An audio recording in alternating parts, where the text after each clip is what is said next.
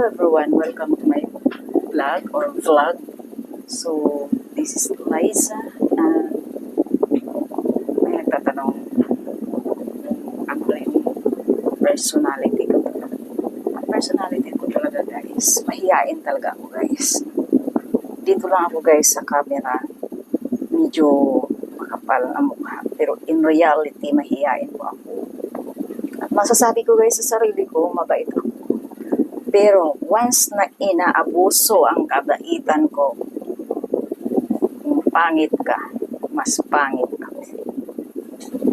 Kung tarantada ka, kaya ko rin magpakatarantada.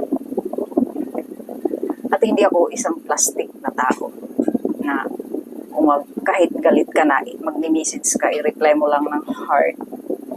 Ako hindi. Hindi man ako magre-reply ng words na ako'y nainis, pero magre-reply ako niya ng minsan laughing emoji. Does not mean na natutuwa ako. So, once na inabuso ako guys, ang kabaitan ko, yun, manahimik na lang ako katagalan at abangan mo na lang. Ganun ako guys. Kahit pa kamag-anak ka, like for example, pagdating sa pera, kapag ka umutang ka or humiram ka, panindigan mo. Kasi ako may paninindigan eh. Kahit walang-wala ako, kailangan mo, binigay ko. Tapos yung kailangan ko na, ini-stress mo ako. Huwag ganon.